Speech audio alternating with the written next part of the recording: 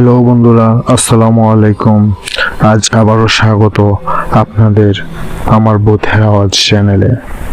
আশা করি সবাই ভালো আছেন। আজ আবারও একটি নতুন ঘটনা নিয়ে হাজির হলাম আমি হিমেল আপনাদের মাঝে। আশা করি এই ঘটনাটি আপনাদের অনেক ভয় এবং আনন্দ দেবে। ঘটনা শুরুর আগে আপনাদের কাছে একটা অনুরোধ, আমার চ্যানেলটি যেন সাবস্ক্রাইব এবং লাইক কমেন্ট শেয়ার করে দেন। তো আমি চলে যাচ্ছি মূল ঘটনায়। অরুণিমা একদিন সন্ধ্যায় তার দাদুর পুরনো বাড়িতে আসে। শৈশবে সে এখানে অনেক সময় কাটিয়েছে, কিন্তু আজ বাড়িটা যেন ভিন্ন মনে হচ্ছে। নিস্তব্ধ, গা ছমছমে আর বাতাসে ভেসে আসা এক অদ্ভুত শব্দ। দাদুর ঘর পরিষ্কার করতে গিয়ে অরুণিমা একটি পুরনো বই পায়। বইটি খুলতেই দোলুর ঝাপটা লাগে চোখে, আর তাতেই তার সামনে আবির্ভূত হয় এক অশরীরী ছায়া, একটি পরী। কিন্তু এই পরী স্বর্গীয় নয়, ভয়ঙ্কর। পরীটি ফিসফিস করে বলে, আমাকে মুক্ত করো, হয়তো তোমার জীবন অভিশপ্ত হয়ে যাবে। অরুণিমা আতঙ্কিত হয়ে বই বন্ধ করে দেয়, কিন্তু তার অজান্তেই সে এক অভিশপ্ত চক্রের মধ্যে ঢুকে পড়েছে। রাত বাড়ার সঙ্গে সঙ্গে সে অনুভব করে কিছু একটা তার চারপাশে আছে, তার ছায়ার মধ্যেই লুকিয়ে।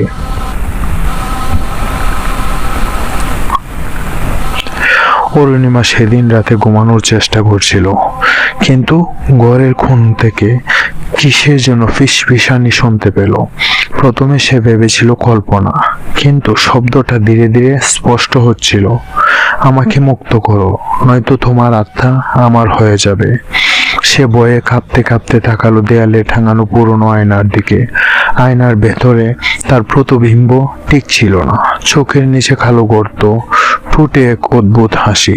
হঠাৎই তার প্রতিবিম্ব আয়নার ভেতর থেকে হাত বাড়িয়ে দিল, যেন তাকে টেনে নিয়ে যেতে চায়। অরুণিমা আতঙ্কে চিৎকার করতেই সব স্বাভাবিক হয়ে গেল, কিন্তু আয়নার গায়ে লালচে হাতের ছাপ রয়ে গেল। গভীর রাতে বাড়ির দরজা হালকা শব্দ করে খুলে গেল।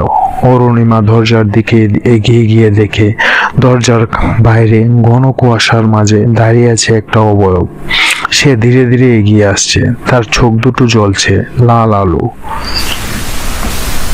অরুণিমার দরজার কাছে পৌঁছানোর আগেই সেটি নিজে থেকেই বন্ধ হয়ে গেল। ভেতর থেকে তালা লাগানো দরজা এমনভাবে খুলে গেল কিভাবে? সে ধীরে ধীরে পিছিয়ে এলো, কিন্তু অনুভব করলো কেউ যেন তার ঘাড়ের কাছে নিঃশ্বাস ফেলছে। আতঙ্কে দ্রুত পেছনে তাকালো, কিন্তু কেউ নেই।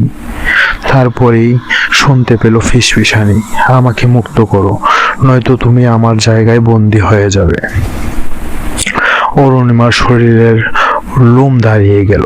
কাঁপতে কাঁপতে সে বিছানায় ফিরে এলো, কিন্তু ঘরের এক কোণ থেকে কেউ যেন তাকিয়ে আছে, তার এমন মনে হচ্ছে। সকালে ভয়াবহ দুঃস্বপ্নে ঘুরে ঘুম ভাঙল অরুণিমার। সে আয়নার সামনে গিয়ে চুল ঠিক করতে গিয়ে থমকে গেল।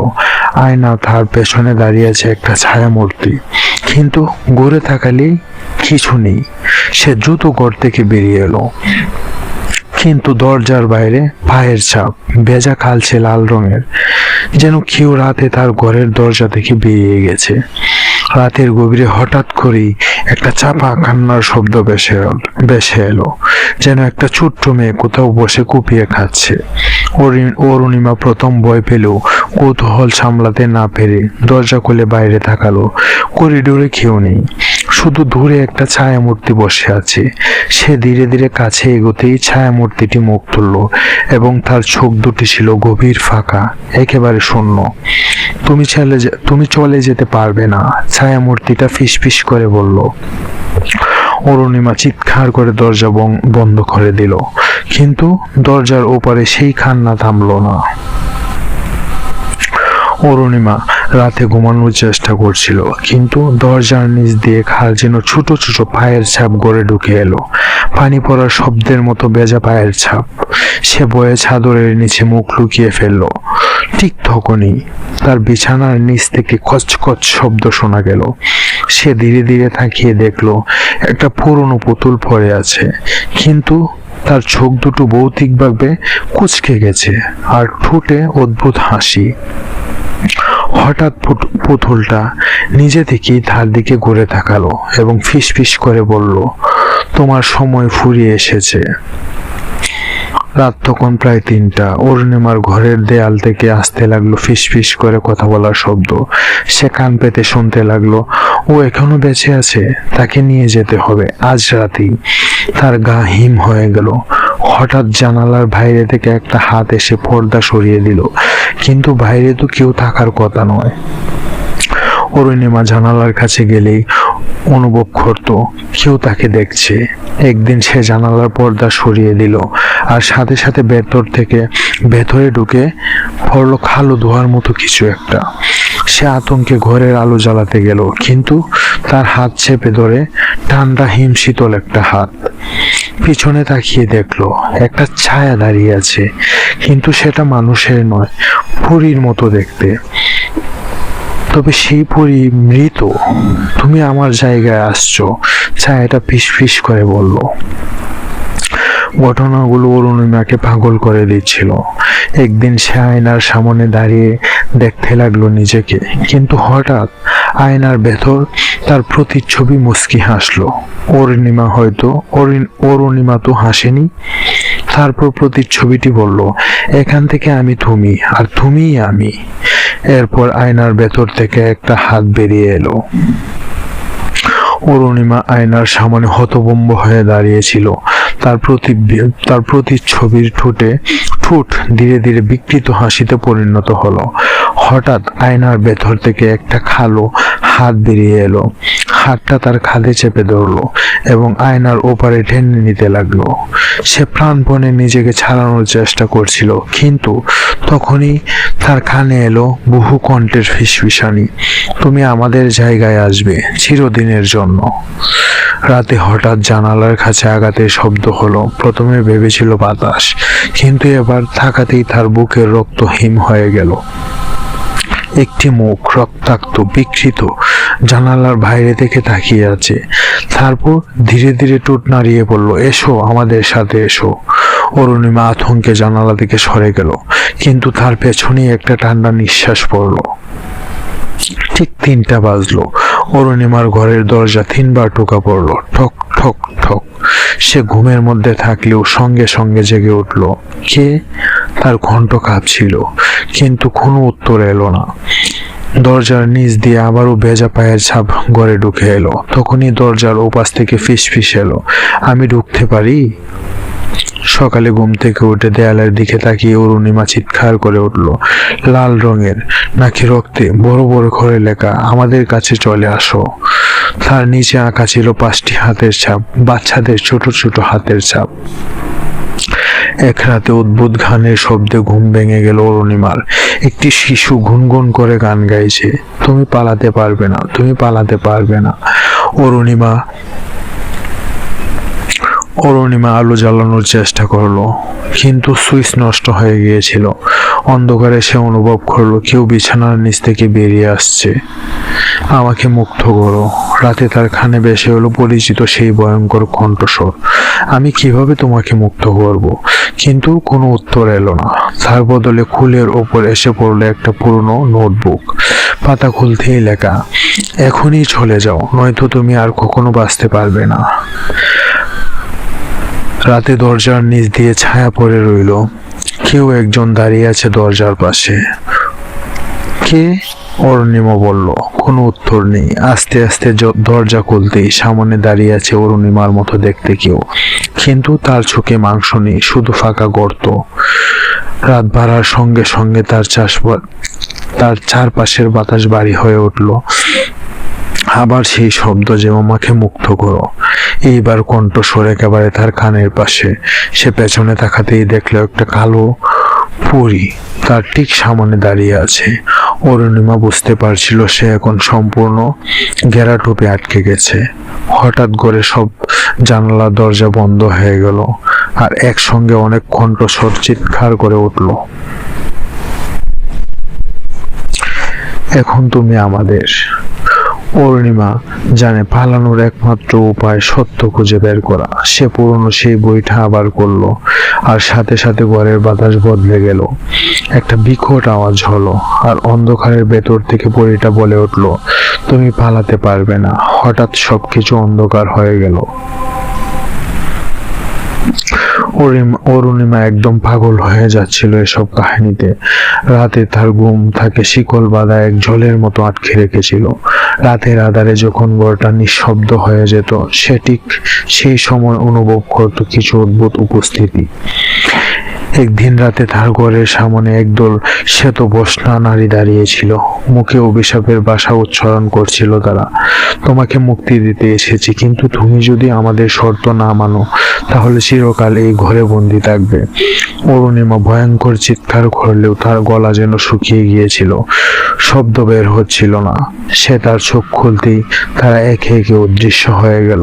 তবে ঘরের এক কোণে থেকে আরেকটি কণ্ঠস্বর শুনতে পেল, তোমার জন্য অপেক্ষা করছি। অরুণিমা বুঝতে পারছিল ঘরের প্রতিটি কোণে তাকে আটকে রাখা হয়েছে। কিভাবে সে পালাবে? ঘরটা নিজে থেকেই বদলে যাচ্ছে। একদিন যখন সে আবারও আয়নায় তাকালো, তার প্রতিবিম্ব যেন তাকে চ্যালেঞ্জ জানালো। আয়নার ভেতরে এক বিকৃত হাসি উঠে গেল। এখন তুমি আমার হয়ে যাবে। হঠাৎ প্রতিবিম্বটি তার দিকে হাত বাড়িয়ে দিল, কিন্তু এবার অরুণিমা ভিতরে এক শক্তি জেগে উঠল। সে প্রতিবিম্বের হাত ধরল এবং এক ভয়ানক ক্ষেপে ওঠা অনুভূতি তাকে গ্রাস করলো। তার চোখের সামনে চলে এলো একটি জানালা। জানি না কোথা থেকে কিভাবে, হয়তো তার মুক্তি এখানেই।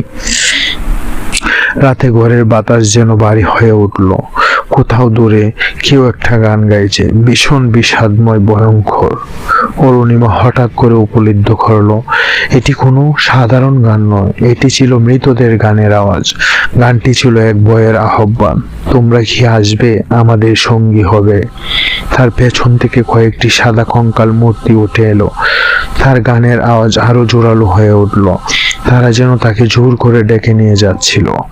অরুণিমা এবার পুরোপুরি জানতো তার পালানোর উপায় নেই। তার সামনে একদম জীবন্ত পরী দাঁড়িয়েছিল, পুরোপুরি সাদা পোশাক পরিহিত।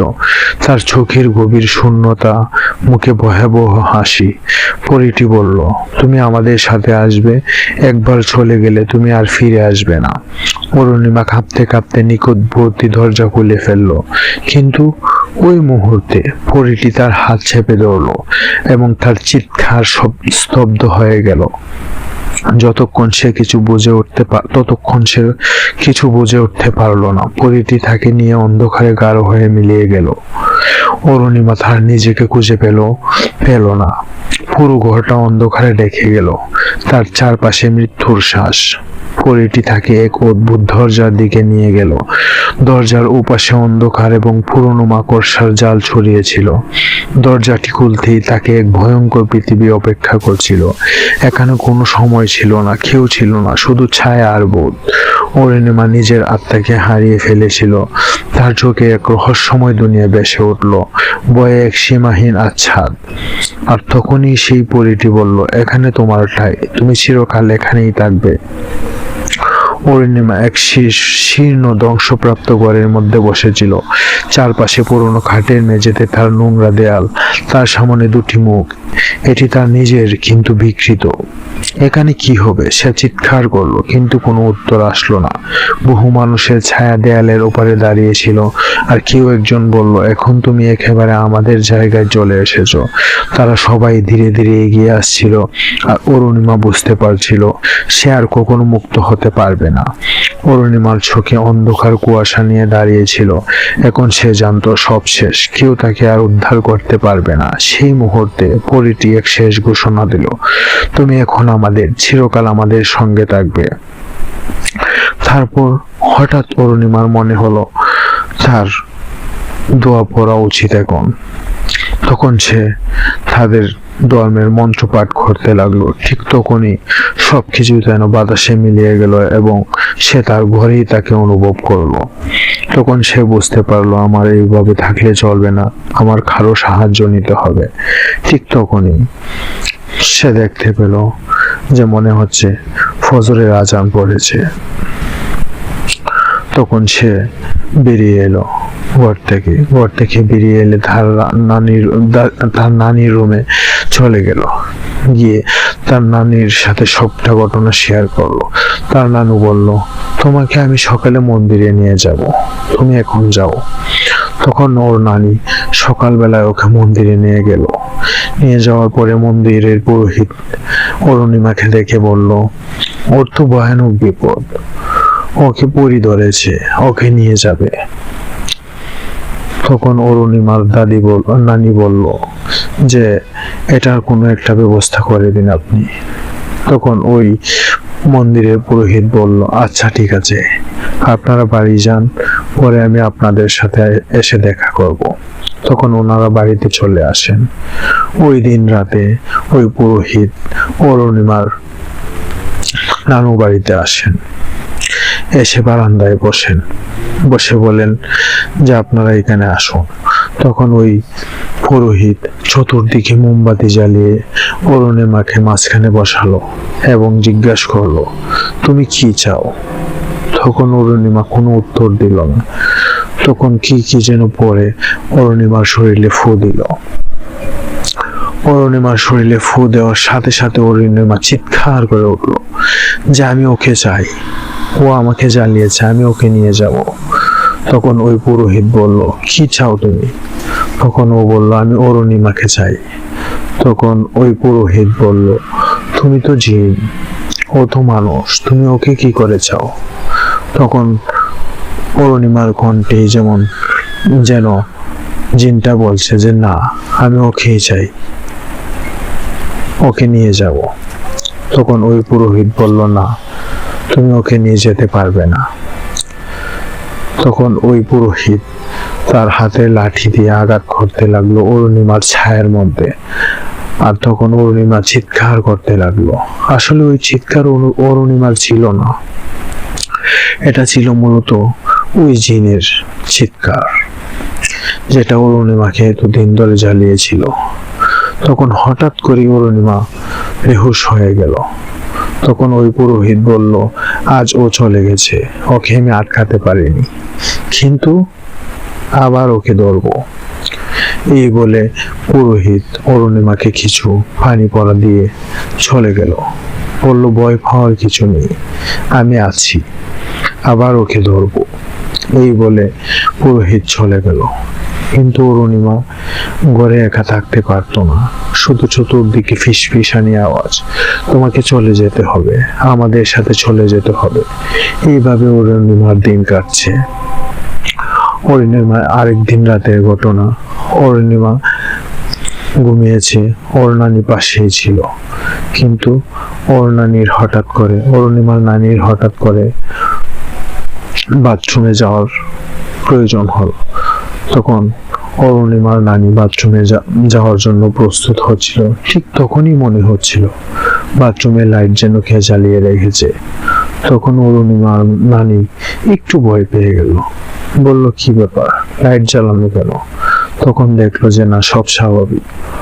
অরুণিমার নানি বাথরুমে যাওয়ার পর হঠাৎ করে অরুণিমা বুঝতে পারলো যে তার ঘুমটা ভেঙে গেছে।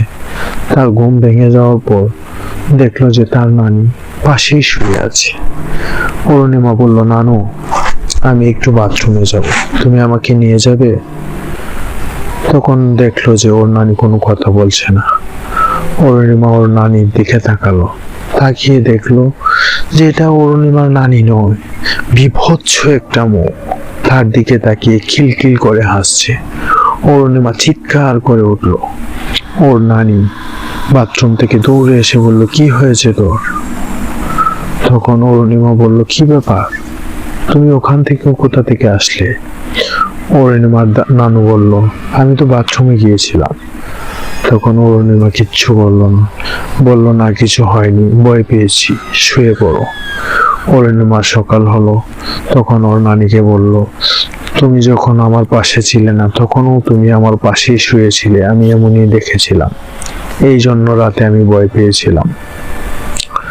তখন অরুণিমার নানু বলল, আমাদের আবার সেই পুরোহিতের কাছে যেতে হবে, চলো। তখন আবার তারা দুজন সেই পুরোহিতের কাছে গেল। পুরোহিত বলল, যান, আমি আজ রাতে আবার আসবো আপনাদের বাড়িতে। তখন ঠিক সন্ধ্যায় ওই পুরোহিত তাদের বাড়িতে উপস্থিত হলো এবং বারান্দায় বসলো। বসে চতুর্দিকে মোমবাতি আগরবাতি জ্বালিয়ে অরুণিমাকে মাঝখানে বসালো। বসিয়ে কি যেন পরে ফু দিল। ঠিক আজ অন্য দিনের থেকে একটু ভিন্ন ছিল পরিবেশটা। চতুর্দিক কেমন জানি থমথমে একটা পরিবেশ, হালকা বাতাস। তখন ওই পুরোহিত বলল, সবাই সবার ঘরে চলে যান, আজ বাজে কিছু হতে পারে। তখন সবাই সবার ঘরে চলে গেল। শুধু অরুণিমার নানু অরুণিমার পাশে বসেছিল। তখন ওই পুরোহিত বলল, তুই আবার কেন এসেছিস? তোকে না ওই দিন বলেছিলাম তোকে যেতে হবে, ওকে নিয়ে যেতে পারবি না। তখন অরুণিমার কণ্ঠে ওই জিনটি বলল, না, আমি ওকে নিয়েই যাব, এটা তুই আটকাতে পারবি না। তখন ওই পুরোহিত বলল, আজ তোর শেষ দিন। এই বলে পুরোহিত কি যেন পরে অরুণিমার শরীরে ফু দিল। আর অরুণিমার শরীরে থাকা ওই জিনটা চিৎকার করতে লাগলো, যে আমাকে আটকাতে পারবি না, আমি ওকে নিয়েই যাব। তখন অরুণিমার নানি বলল, কি বলে ও? কি নিয়ে যাবে? কেন নিয়ে যাবে? তখন পুরোহিত বলল যে আপনি চুপ থাকুন, কোনো কথা বলবেন না, আমি দেখছি। ঠিক তখনই ওই পুরোহিত বলল, তুই কি যাবি নাকি তোকে বোতলে ভরে ফেলবো? তখন ওই অরুণিমার কণ্ঠে ওই জিন বলল, আমাকে কেউ কিচ্ছু করতে পারবে না, আমি ওকে নিয়েই যাব। তখন ওই পুরোহিত রাগে রাগান্বিত হয়ে এমন জোরে আঘাত করতে লাগলো ছায়ের মধ্যে। আর তখন অরুণিমার শরীরে থাকা ওই জিনটি বিকট ভাবে আওয়াজ করতে লাগলো, চতুর্দিকে বাতাস বইতে লাগলো। তখন ওই পুরোহিত একটি বোতল বের করে বোতলের মধ্যে কি যেন পরে ফু দিয়ে বারবার ফু দিচ্ছে, আর চতুর্দিক যেন ভেঙে চুরে চুরমার হয়ে যাচ্ছে। এমন একটা পরিস্থিতি। হঠাৎ আস্তে আস্তে সবকিছু যে কেমন যেন শান্ত হয়ে গেল। অরুণিমার জ্ঞান হারিয়ে গেল। তখন সবাইকে বাইরে আসতে বলল। সবাই আসলো, বলল যে অরুণিমাকে ঘরে নিয়ে যান। তখন অরুণিমার নানু জিজ্ঞাসা করলো, কি হয়েছে ওর? হঠাৎ করে এমন তুফান, আবার শান্ত হয়ে গেল। তখন ওই পুরোহিত বলল যে আমি ওই জিনটাকে এই বোতলের মধ্যে ভরে ফেলেছি। তখন অরুণিমার নানি বলল, তাহলে এখন কি করা উচিত? তখন ওই পুরোহিত বলল, এই বোতলটা এমন কোনো এক জায়গায় রাখতে হবে যেন এটা কোনোদিন কেউ খুঁজে না পায়। তখন অরুণিমার নানু এই বোতলটা নিয়ে কোথায় যেন রাখলো, কিন্তু কেউ জানলো না। তখন অরুণিমা আস্তে আস্তে আস্তে আস্তে সুস্থ হয়ে গেল।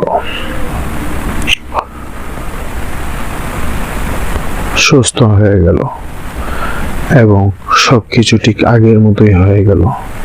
তো বন্ধুরা, এটাই ছিল আমাদের ঘটনা। আজকের ঘটনাটি একটু ছোট, কিন্তু আমার কাছে এই ঘটনাটি খুব ইন্টারেস্টিং লেগেছে, তাই আমি এই ঘটনাটি আপনাদের মধ্যে শেয়ার করেছি। আশা করি আপনাদের ওই ঘটনাটি ভালো লেগেছে, এবং কেমন লেগেছে ঘটনাটি অবশ্যই কমেন্ট করে জানাবেন। আশা করি সামনে আরো ভালো ঘটনা আমি আপনাদেরকে উপহার দিতে পারবো। আপনারা কেমন ঘটনা চান একটু কমেন্ট করে জানাবেন, আর আমাদের চ্যানেলটি সাবস্ক্রাইব করে দেবেন। আমি আবারও বলছি, আজকের ঘটনাটি একটু ছোট, সামনে আবার ভালো এবং অনেক বড় ঘটনা নিয়ে আপনাদের মাঝে হাজির হব। তো সবাই ভালো থাকবেন, সুস্থ থাকবেন, আমার জন্য দোয়া করবেন। ধন্যবাদ সবাইকে। আসসালামু আলাইকুম।